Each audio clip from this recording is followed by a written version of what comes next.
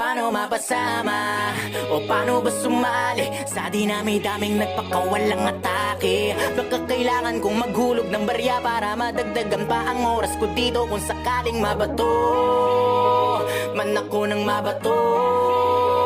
Pag sinabi ko na ititigil ko na to, set up yun para sa'yo, parang Massacre 44 mama sa pano ba? Kamusta? Balita ko kapos na yung bawat tira na pahaging saan na napunta. Inaabangan ko pa naman parang ambagan sa inuman. Ako yung madalas na pulutan sa kwentuhan, hindi ba naubos yan? Pero kahit na ganoon, sinasanay ko aking sarili. Ganyan talaga pag mabait ka, lahat ay nawiwili. Kaya dapat pinipili, pag-isipan na mabuti. Walang masama na kumilatis kaysa sa huli kang magsisi.